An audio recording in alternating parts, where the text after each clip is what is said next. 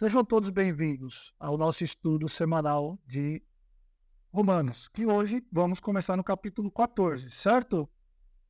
Certo, é isso mesmo. Então deixa a sua Bíblia aí no capítulo 14, aberta, Romanos capítulo 14. Cristo nos tem feito livres, podemos dizer assim, com uma liberdade plena, uma liberdade perfeita, como nós temos percebido até agora nas Escrituras.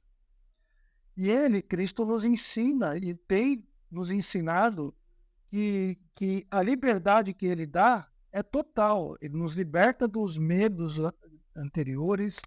Ele, Cristo, nos liberta daquelas cerimônias e dos rituais que escravizam as pessoas, escravizam o povo. Nos liberta das diferentes teorias que procuravam ensinar verdades espirituais ao homem, mas que caindo nas mãos de pessoas, podemos dizer, iníquas, né? E cheias de orgulhosa, que é a lei, por exemplo, que Paulo cita aqui, Cristo nos liberta disso. Cristo nos converte das trevas para a luz, nos dá uma nova perspectiva de vida. Cristo, ele nos tira da escravidão e nos traz para uma liberdade no âmbito espiritual que é refletida no âmbito físico. E devemos nos alegrar com essa liberdade e viver essa liberdade. Mas esta não é a única consideração que nós devemos fazer quando nós chegamos a essa altura do campeonato no estudo do livro de Romanos. Existem certos cristãos que ainda não conseguem se libertar das tradições escravizadoras que possam ocorrer, tais como, por exemplo, no caso dos irmãos aqui no contexto de Romanos, com relação à guarda de dias, com relação à privação de alimentos e etc. Como cristãos deveríamos nos dedicar à obra do Senhor, ao serviço do Senhor por inteiro. Nós devemos buscar a edificação em amor, a edificação no Espírito. Lógico, esse buscar a dedicação no Espírito envolve não ofender o Espírito e nem os outros. Essa dedicação no Espírito tem a ver, ou essa dedicação em viver no Espírito tem a ver em viver em harmonia e em paz. E não desestabilizar ou procurar brigas inúteis no meio das pessoas e do povo de Deus. O mais importante depois de tudo isso não é agradarmos a nós mesmos. E aqui é um X da questão em que quando nós formos começar a falar da liberdade, eu estou dando uma introdução sobre a liberdade cristã aqui, essa questão de não agradarmos a nós mesmos, mas agradar a Deus em primeiro lugar, e lógico, agradar o próximo como mandamento, amar o próximo como a ti mesmo, faz com que a gente tenha um outro sentido de vida. Devemos ser tolerantes uns com os outros, devemos levar a carga uns dos outros, devemos exibir em tudo a maneira de pensar de Cristo como nosso modelo, e etc. E nesta sessão que nós vamos falar aqui no capítulo 14, nós vamos falar sobre essa liberdade. Vale ressaltar, lá na igreja, na IBET, onde eu participo, eu estou dando aula do livro de Romanos também, só que lá comecei no capítulo 2, e lá eu falei sobre a questão do julgamento. Se você se lembrar muito bem, no capítulo 2, tem uma questão muito complexa lá de um julgando o outro, um querendo ser melhor do que o outro e tudo mais. E aqui então, Paulo, quando chega aqui no capítulo 14, no capítulo 12 em diante, né, mas no capítulo 14, ele vai começar a falar sobre algumas coisas práticas que vai remeter as pessoas a se lembrarem do que ele disse lá no início da carta. Então vamos falar um pouco sobre essa liberdade, porque a liberdade cristã é uma das principais preocupações que Paulo tem nesse trecho. E é um tema central, por exemplo, na carta aos Gálatas. Nós não estamos estudando Gálatas aqui, mas se nós fôssemos estudar o livro de Gálatas, vocês iam ver que o tema principal daquela carta é a liberdade cristã. Então, nesta sessão aqui dos capítulos 14 e 15 de Romanos, nós vamos encontrar este tema, este assunto.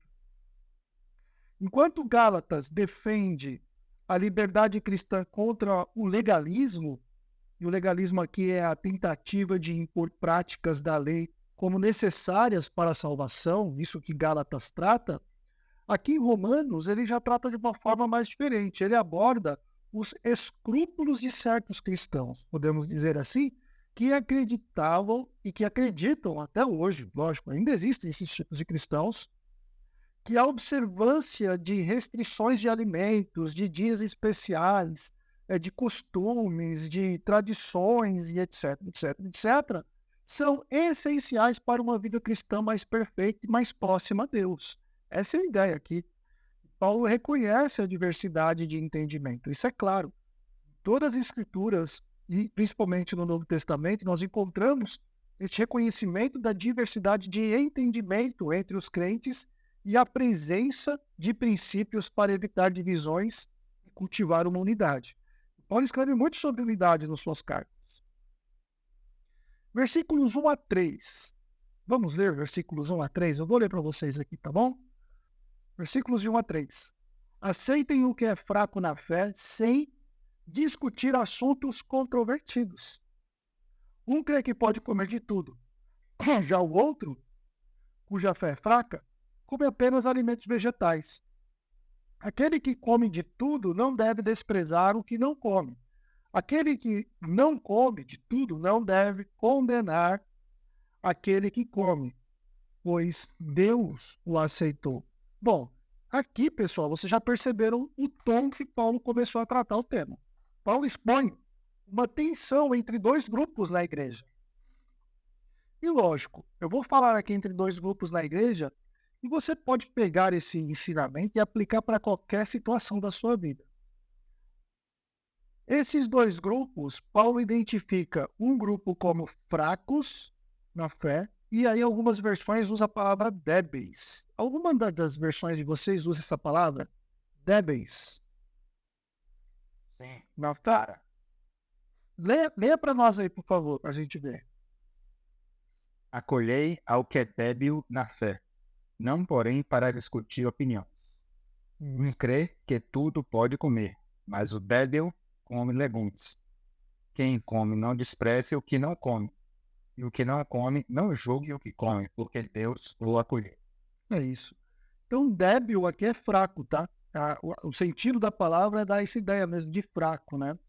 Esses cristãos que estavam na igreja, por causa da sua consciência sensível ou de tradições cultural/religiosa, achavam ou acham certas práticas que eles tinham, como não comer carne ou como observar certos dias sagrados, ter alguns rituais religiosos, como orar somente virado para uma posição. Lembre-se, eles achavam isso essencial para agradar a Deus.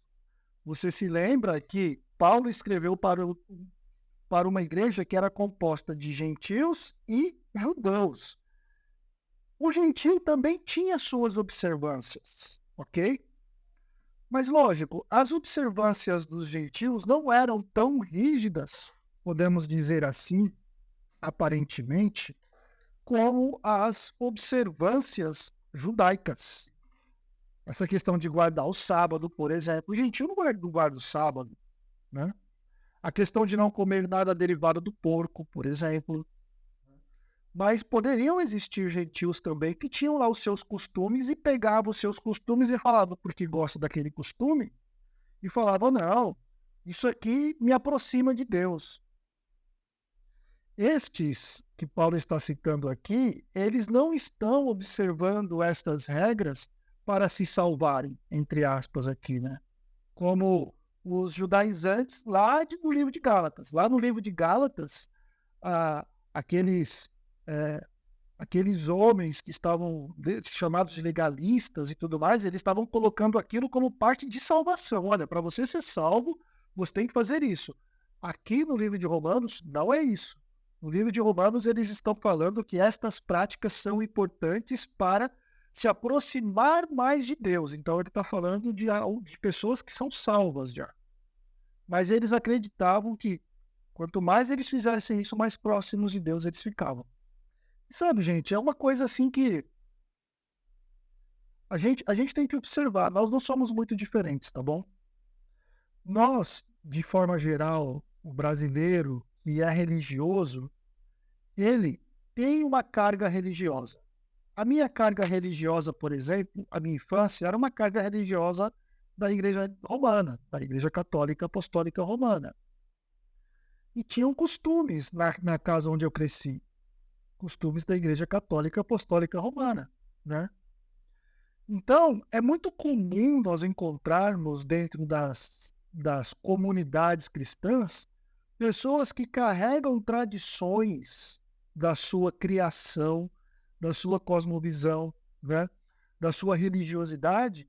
Quando chegam na igreja, se estão em um cargo de liderança ou alguma coisa assim, eles tentam começar a colocar aquelas coisas que tinham, que carregaram durante a sua vida. O que Paulo está dizendo aqui, olha, né, e aqui ele chama os débeis, os fracos, né, que guardam tal e etc. Isso aqui não é pejorativo, ele não está dizendo de forma pejorativa. E você vai entender que o fraco aqui tem um sentido, tem um significado. E tem os outros grupos aqui, ou outro grupo, na verdade, que ele classifica como os fortes na fé. Então ele classificou dois grupos aqui, os fracos e os fortes. E esses cristãos, eles são aqueles mais maduros, que compreendem que a santidade e a comunhão com Deus não dependem destas questões externas. Veja, pessoal, a santidade e a comunhão com Deus não depende de práticas. Não, deixa eu ver como que eu vou falar isso para não soar como algo estranho. Não depende de práticas ou rituais culturais ou religiosas. Depende de prática, a santidade e a comunhão, depende de prática de vida cristã fundamentada nos ensinos das Escrituras. Ficou claro aqui ou não? Eles percebem, esses maduros aqui, eles percebem que o reino de Deus não é comida nem bebida, mas é justiça, é paz, alegria no Espírito. Capítulo 14, versículo 17, nós vamos chegar lá. Para eles, a vida cristã é uma questão de viver em liberdade, paz e harmonia. A vida cristã é estar liberto de toda a escravidão que o sistema coloca. E o sistema aqui envolve religião também. Cultura, religião, política e etc. Isso é o sistema, né? Então, Paulo institui esses dois grupos e não... e Paulo diz, olha, pessoal, parem de se criticar. Olha que coisa legal isso daqui, né? O forte não deve desprezar o fraco não deve desprezar o forte. Ou seja, um não deve julgar o fraco não deve julgar o forte. Perceberam essas palavras? Vocês perceberam esse incentivo que Paulo está dando nesses 3 primeiros textos aqui?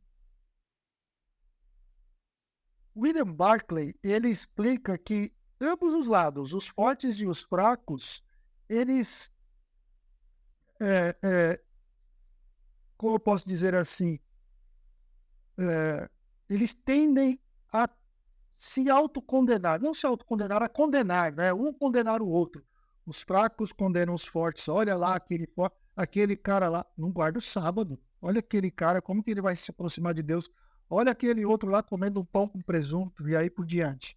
Enquanto aqueles que são fortes olham para os fracos e falam, nossa, olha esse cara como ele é escravo. Por que ele não se liberta disso? Por que ele vive nessa escravidão? Né? Então, o que Paulo tem mostrado aqui, que isso é irrelevante. Que isso não tem sentido. E essa divisão dentro da igreja prejudica a igreja, prejudica a comunhão da igreja. E sabe, gente, ainda hoje nós enfrentamos dilemas parecidos com esse dilema que Paulo está tratando aqui nas igrejas cristãs, onde diferentes práticas e tradições culturais ou doutrinas podem causar divisões terríveis. Eu acho que a gente tem que olhar para o exemplo de Paulo, que chama a aceitação mútua, reconhecendo que questões não essenciais à fé não devem ser motivos de divisão, mas, lógico, uma oportunidade de prática, amor e compreensão. Veja, vou repetir essa frase. Reconhecendo que questões não essenciais à fé não devem ser motivos de divisão. Quando nós olhamos lá para o livro de Gálatas, ele trata de assuntos, junto com os legalistas, de coisas essenciais à fé. E tem um versículo lá em Gálatas que ele é muito forte. Aquele que prega outro evangelho deve ser considerado anátema. Então percebam, é por isso, gente, é justamente por isso aqui que eu não discuto doutrinas, que eu não discuto costumes com irmãos e irmãs em Cristo. O cara chega para mim e fala, Carlos, eu quero a sua opinião sobre um assunto, e fala um assunto sobre isso. Primeira pergunta que eu faço, você está pronto para receber a minha resposta? Você entendeu o que eu quero dizer? Sabe por que eu faço essa pergunta? Porque eu posso dar uma resposta que a pessoa não concorde. E se eu der a resposta que a pessoa não concorde, a pessoa vai falar, mas eu não vejo assim. Eu pego e falo, tá bom, tudo bem, seja feliz assim. Para mim é besteira discutir. Se a pessoa quer aprender, a pessoa quer me ensinar, aí é outra coisa. Mas discutir posições, discutir costumes, tradições, no way. Eu sou totalmente contra tradições humanas. Para mim, o que a gente deve seguir são os ensinos dos apóstolos. Obrigado por terem estado aqui mais uma vez. Espero vê-los no nosso próximo encontro, tá bom?